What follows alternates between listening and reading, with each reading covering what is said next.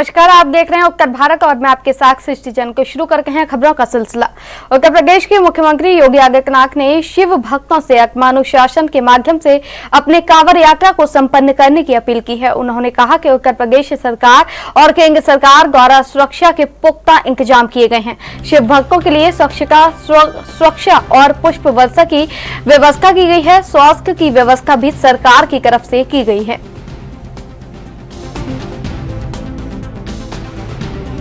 देवाधिदेव महादेव का पावन मास श्रावण मास प्रारंभ हो चुका है। श्रावण मास की कांवड़ यात्रा जग विख्यात है। पूरे देश के अंदर और खास तौर पर उत्तर भारत में इस दौरान शिव भक्त महादेव के अनुष्ठान में लीन होकर के सभी शिवालयों में जलाभिषेक के साथ अपनी असीम भक्ति का प्रदर्शन करते हैं।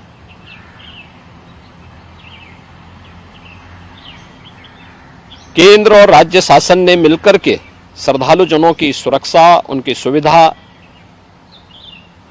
उनकी सुगम और सुरक्षित यात्रा के लिए अनेक प्रबंध किए हैं। कहीं कोई दिक्कत न हो, कहीं कोई अव्यवस्था न फैले, कोई भी उनकी आस्था के साथ खिलवाड़ न करने पाए, इन सब बातों का ध्यान में रख करके प्रयास प्रारंभ किए गए हैं। लेकिन हमें इस बात जरूर ध्यान में रखना होगा, मैं सभी श्रद्धालु जनों से इस बारे में विनम्र अनुरोध करूंगा। हम लोग भी शिव भक्त हैं, महादेव की असीम कृपा हम लोगों पे बनी रही है और निरंतर हम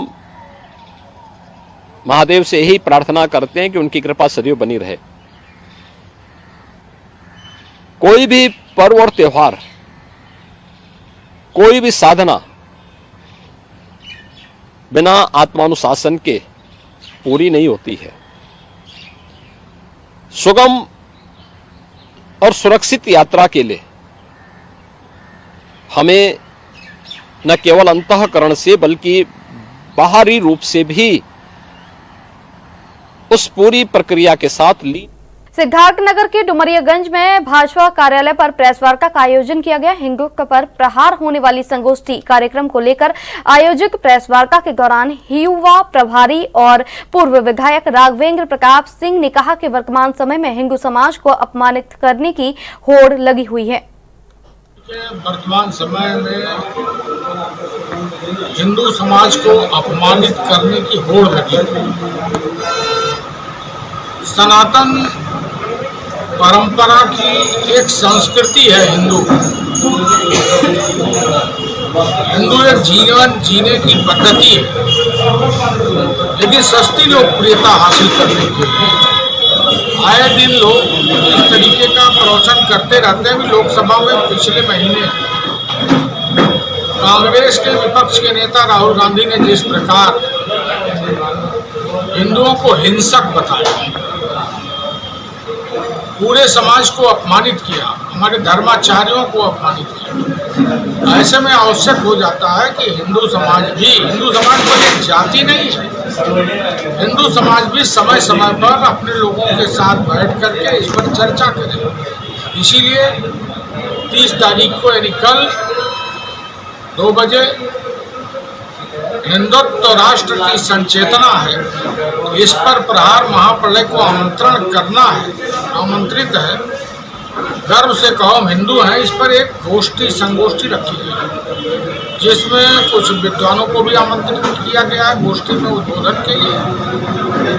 दिल्ली विश्वविद्यालय, गोरखपुर विश्वविद्यालय, सिद्धार्थ विश्वविद्यालय के कुछ प्रोफेसर इस कार्यक्रम में आएंगे और उन्हीं का उद्बोधन भी होगा। चूँकि वर्तमान परिवेश में हिंदुत्व पे चर्चा करना अति आवश्यक हो चुका है, इसीलिए यह कार्यक्रम अति महत्वपूर्ण है और ये गोष्ठियाँ पूरे जनपद के हर तहसीलों में भी किया जाएगा। फिर आवश्यकता पड़ेगी तो हम लोग यह जन जागरण कहा जाता है कि सावन महीने में भगवान शिव पर जल अर्पित करने से मनोकामना पूरी होती है। इसी को लेकर सावन मास के दूसरे सोमवार को लखनऊ के शिव मंदिरों में श्रद्धालुओं की भारी भीड़ देखी गई। इस दौरान मंदिर का प्रांगण महादेव के जयकारों से गूंजता हुआ नजर आया।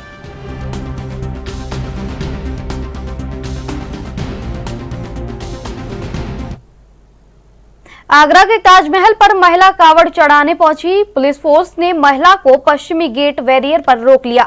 महिला ने कहा कि बाबा भोलेनाथ ने बुलाया है, इसलिए ताजमहल पर गंगा जल चढ़ाऊंगी।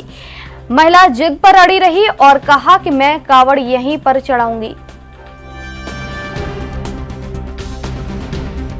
मेरा नाम मीरा राठौर है, आगरे से जिला अध्यक्ष हिंदू महासभा की।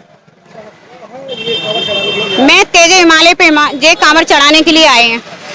मेरे भोले बाबा ने बुलाया तो मैं कांवर लेके आई हूँ।